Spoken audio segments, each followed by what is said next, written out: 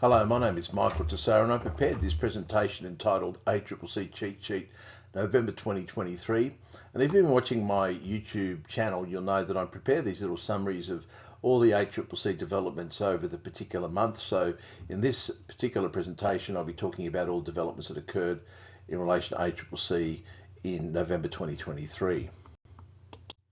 Bit of background about myself. I'm a competition and consumer lawyer and I've been running my own practice, Tessaro Legal Consulting, for over 15 years, and I help companies and individuals with competition and consumer law matters. I also do some expert consultancy work on competition and consumer law for various legal publishers. Prior to that, I worked at the ACCC for 15 years in a variety of roles, including Director Enforcement and the Director in charge of the Sydney Mergers and Asset Sales branch. Now, the outline's just a bit longer than usual, but there's actually probably less happened this month than other months. And I think probably the main area of interest might be some of the proposed legislative changes that the government is consulting on. Now, it was interesting, there were no court cases handed down in November, which is somewhat unusual. There was some court action, obviously. One I was involved in, I've done a bit of work for Delta Building Automation in relation to their compliance. There was a penalty hearing in November and actually put on affidavit. And so I understand that the decision on the penalty may actually come down this year. Now, the first enforcement action involved a company called Express Online, and this was a company that provided RSA, Responsible Service of Alcohol courses, and construction induction white card courses. And the ACCC alleged that it made two false representations. Firstly, that people would not be asked to pay for the course until they passed, and secondly, the courses could be completed in one day. And the representations that were made were same-day certificate, only pay after you pass, or best of all, with us you don't have to pay until you pass. However, when the ACCC looked into it, it seems these representations were not true. Firstly, you had to complete a lengthy questionnaire, took you between 3 and 6 hours, and then you were prompted to pay for the course, even though you hadn't passed yet. And once you did pay for the course wasn't over. You still had to complete other additional assessment tasks before obtaining the certificate. So if these allegations are true, it's a fairly blatant breach of legislation. The second case is probably the first significant ACCC enforcement outcome in relation to greenwashing, and this involved a company called Moo Premium Foods, which was representing that its yogurt packaging was 100% ocean plastic. And it also made these representations not just on the packaging but also its website and social media pages. And I guess the impression that the ACCC believed that created was that the yogurt packages were made from, I guess, reclaimed ocean plastics which had been reconstituted into yogurt packages. The reality was that they were using this plastic resin, which is collected from coastal areas in Malaysia, to make their yogurt packages, and they weren't taking anything directly from the ocean. So the ACCC was concerned that that was quite misleading. Also, there were various disclaimers on the yogurt packaging which explained what the truth was, but they weren't sufficient to qualify the actual lead representation. So Moo admitted that it had engaged in conduct in breach of the legislation, likely to have contravened the ACL, and gave an 87B undertaking where they would remove these representations from their packaging, social media, website, publish corrective notices, conduct internal audits of the way they're representing various issues, and finally implement an ACL compliance program. So it's pretty low level outcome. I guess Moo Premium Foods, I'm assuming, is quite a small company, but I think it's probably the first of a number of cases you'll be seeing by the ACCC in relation to greenwashing claims in the next few months.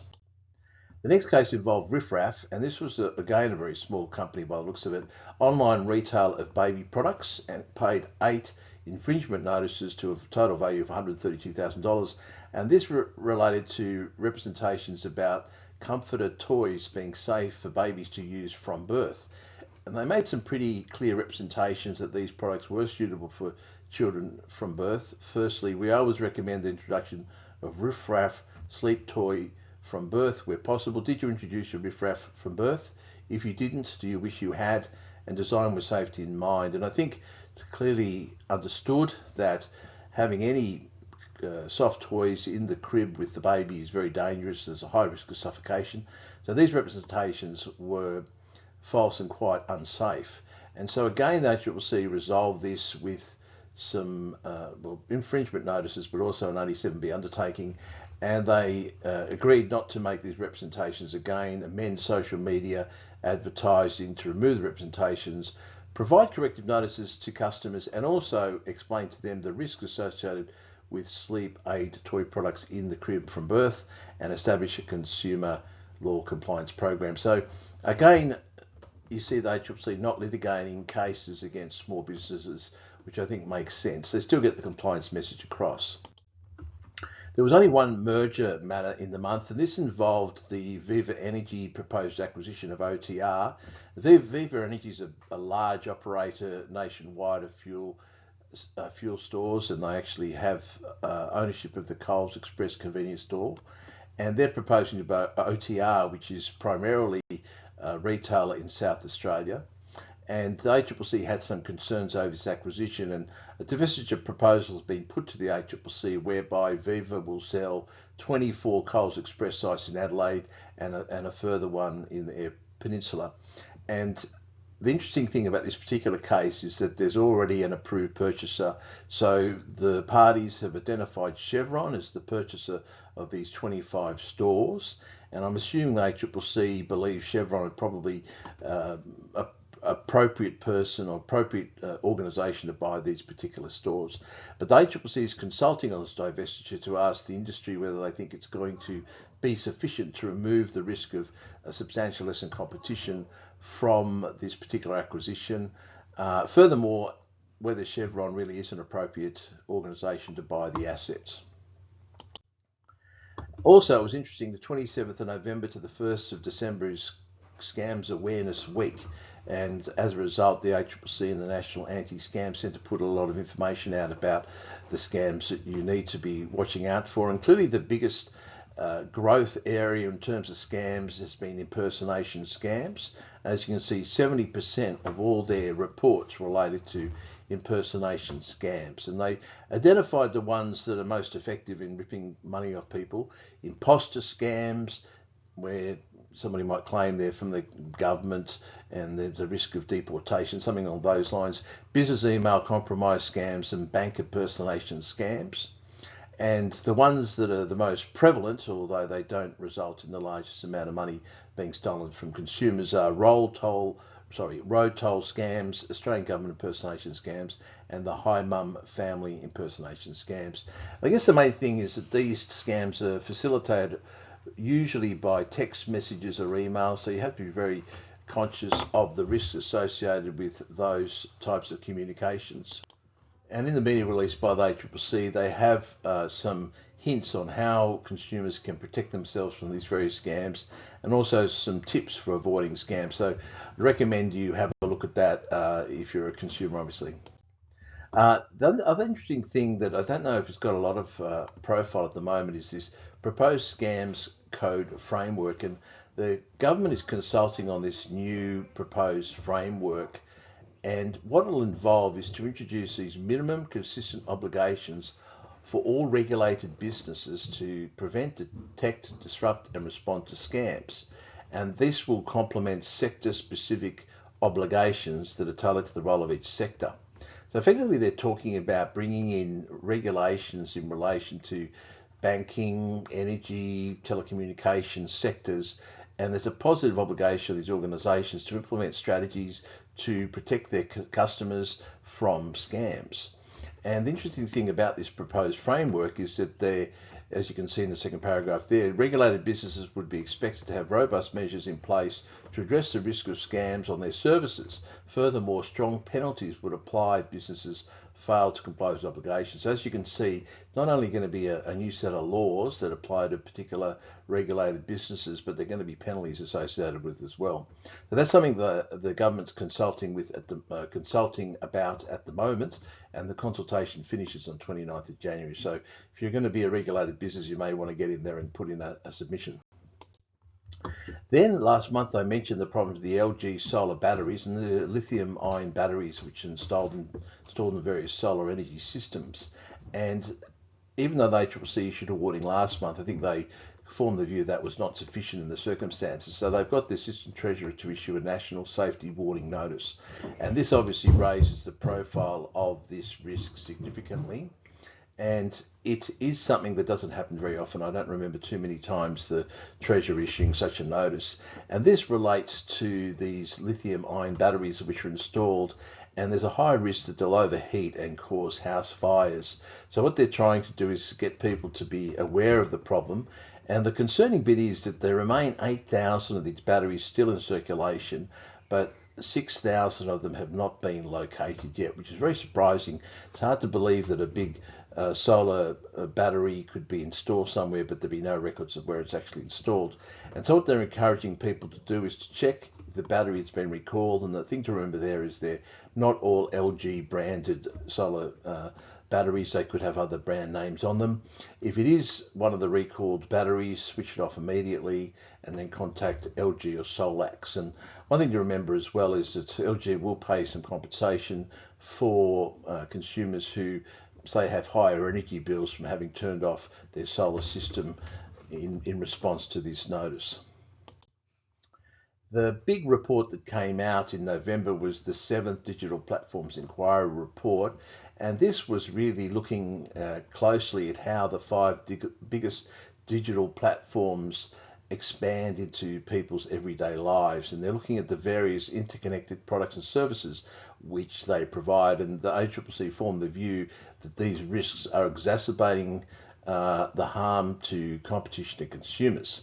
Now, it's quite a long report, and I'll probably do a separate presentation on it later on, but just to hit the main issues from the report decided to focus on home smart devices and consumer cloud storage as examples, and it used these two examples to explore the impacts of the expansion of digital platforms in those areas.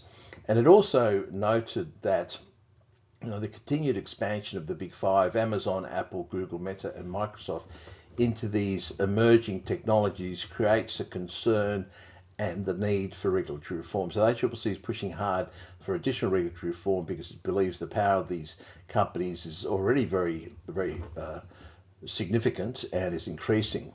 Clearly, they believe the continued expansion of digital platforms into these various areas increases the risk of harmful behaviours, and they identify some invasive data collection practices, locking in customers to various products, and reducing choice and stifling innovation. They also said that digital platforms with significant market power can keep competitors out of markets by bundling or tying products together, pre-installing their own applications on hardware, various default settings which limit customers' choice. So effectively, customers are very rare to change default settings, and also various ways of deterring innovation. And they are concerned at the greater access that digital platforms will have to consumer data. They believe that access to large amounts of consumer data creates a significant barrier to entry.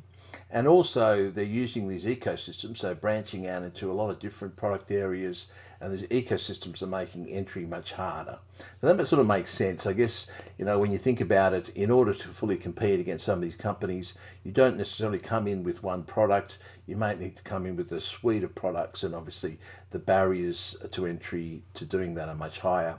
Also, they're very concerned about the significant investments that the big five are making in emerging technologies, particularly AI, which clearly, I think,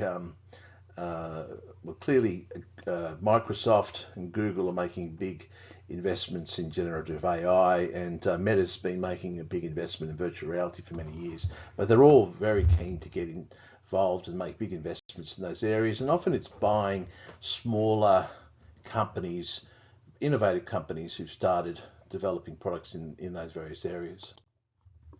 There's also an inquiry and consultation. This is Airservices Australia, and this is like the Australia Post, where the ACCC is able to consult with the general public about proposed increases, and in this regard it's navigation, terminal navigation, aviation, rescue and firefighting services. So Airservices Australia has proposed a series of price increases over the period from April 2024 to January 2026, and it's quite a significant price increase, 19%. So they consult with the industry about that and look at if the price increases are justified in relation to recovery of fishing costs, reasonable rate of return, and so on. And then they make a recommendation as to whether the price increases should be legitimate or not. Air Service Australia doesn't have to accept the recommendation, although there'd be a lot of pressure on them to not go against an ACCC recommendation. There's also a warning about the Black Friday sales and also the Cyber Monday sales. So it's important to get a warning out prior to these sales, because there are a lot of scammers who seek to use these events to scam a lot of consumers. And the main thing is just to warn people about fake websites. So first thing is, you used to be able to tell a scam by how bad the website looked, but nowadays you can't do that. They're as good as the original, so they look like genuine online retail stores. One way you can probably spot them is they offer luxury items on popular brands, but they offer them at very low prices. So if something's a very low price, you should be a bit skeptical. It could be a scam. And secondly, they often operate through social media platforms. So if you see an online store set up on a social media platform, you've got to be extra wary that it may not be a genuine site. Now, the legislative proposals is a big issue in November, and there's two major proposals that are being consulted about by the government. The first is unfair trading practices. And this is an attempt to bring in some new laws that will cover various areas which the ACCC believes aren't covered by existing laws, the Australian Consumer Law on Unconscionable Conduct, Misleading Deceptive Conduct. So it's conduct that causes significant harm to consumers and small businesses, but can't be caught by existing laws. And I think that probably the one that they focus most on is the dark patterns, the way that various companies that set up websites and applications have little nudges that sort of push consumers in directions to make decisions which aren't in their best interests. And I think that's the main area where they believe unfair trading practices could be used. I guess the main argument that the ACCC has put forward is that these laws do exist overseas, and they point to Europe, the UK, USA, also Singapore has these laws. I guess the thing here is that we probably have much more comprehensive protections under Australian consumer law than they do in these other countries. So in some other jurisdictions, the only real prohibition they have is unfair trading practices, whereas we have laws that prohibit bait advertising, inertia selling, a variety of things. But still, the ACCC has put a strong argument that there are gaps and that they need to be plugged.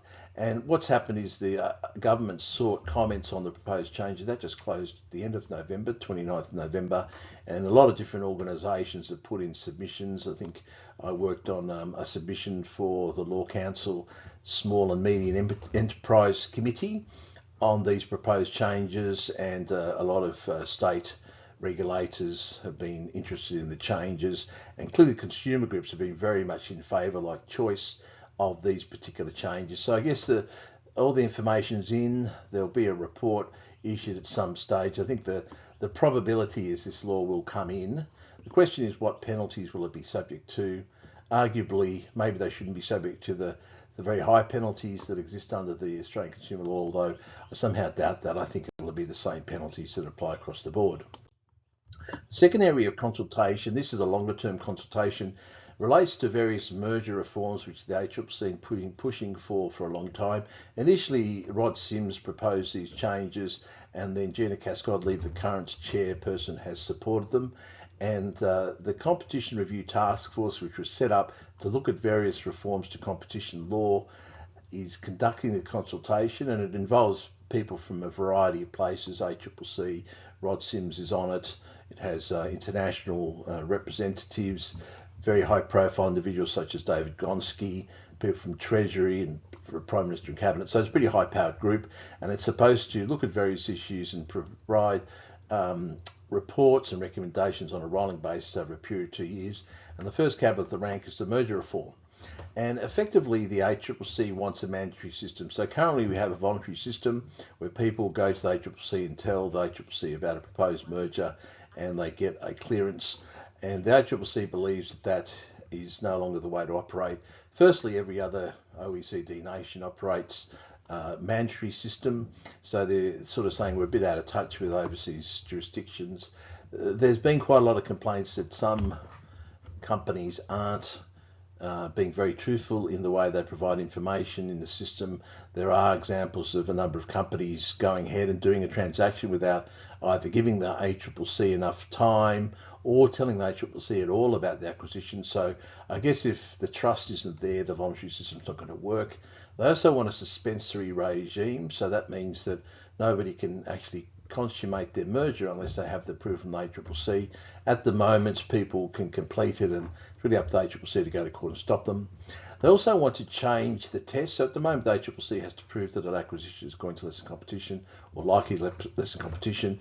Really, they want to pretty much reverse the onus of proof. So the merger parties will have to prove that the acquisition is not likely to substantially lessen competition. And that's kind of similar to the tests that apply overseas again. Like in the US, if certain concentration rates are surpassed, the company has to actually prove that it's not going to lessen competition. There's a presumption that it's an anti-competitive merger. So it's not quite as controversial and dramatic as some practitioners would have you believe. They effectively want to change it to administrative rather than judicial system. So mergers would be blocked as an administrative decision by the ACCC rather than the ACCC having to go to court and litigate. I think that makes sense because realistically, getting individuals to go to court, often small businesses, to provide evidence to stop a large merger is very difficult. I worked in charge of the Sydney Mergers and Asset Sales branch for a few years, and it's very difficult to get consumers and small businesses to front up and give evidence to stop a merger. When they got in the witness box, often they got very rough treatment, and they will never assist the ACCC again. So is the judicial system the best way to ensure that merger laws are enforced? And I guess this is all down to a lot of the theory that you see coming out of Chicago School, that really it's better to allow an anti-competitive merger through on a 50-50 case and to stop it.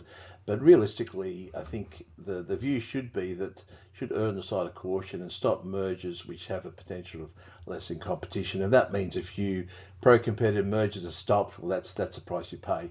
It is a merger control regime. After all, it's supposed to control the risk of anti-competitive mergers because markets don't fix up anti-competitive mergers very quickly. I think that's the lesson that we've learned. Markets take a long time to correct an anti-competitive merger. Also, the ACCC would be the initial decision maker, and there'd be a limited review to the Australian Competition Tribunal, and you'd only really be able to go to the Federal Court for judicial review of an error in the law or something along those lines. So giving the Federal Court a much more limited role in the determination of substantive issues in a merger.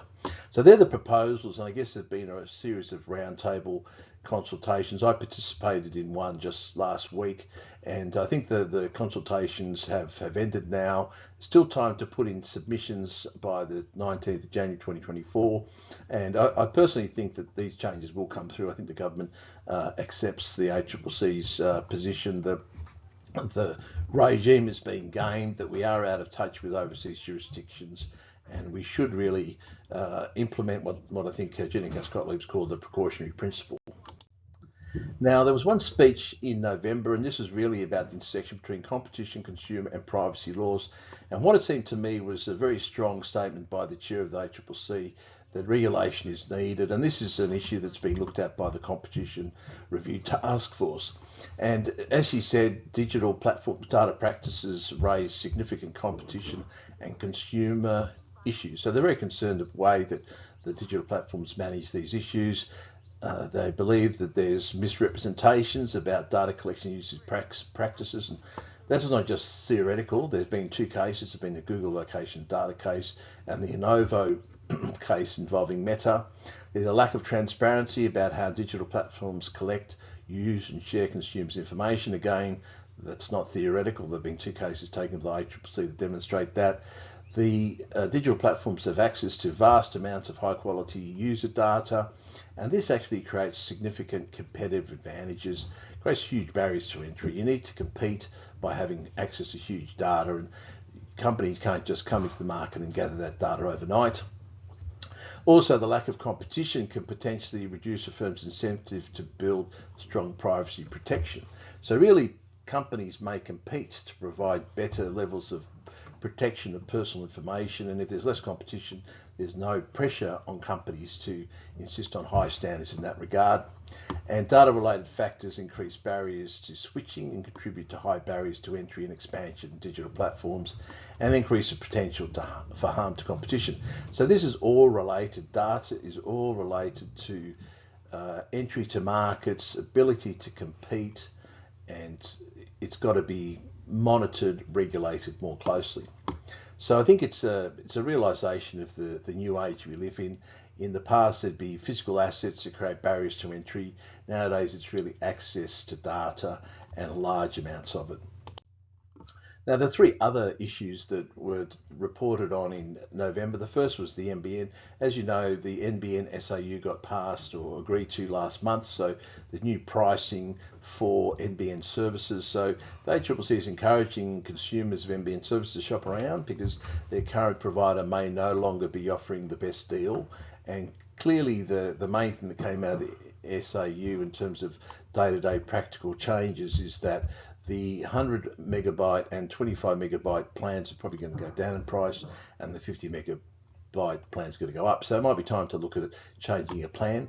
Then there was also the PINSA, which is a new grouping formed involving Australia and a number of Asian, South Pacific nations. And it's really seeking to assist these nations to improve their capacity to investigate and enforce competition and consumer laws. So that's really important to assist these countries with their efforts in this regard, because they don't have the same resource or experience as Australia does. And it'd be good if, I think, Australia and New Zealand clearly are much more advanced in the way they do these things.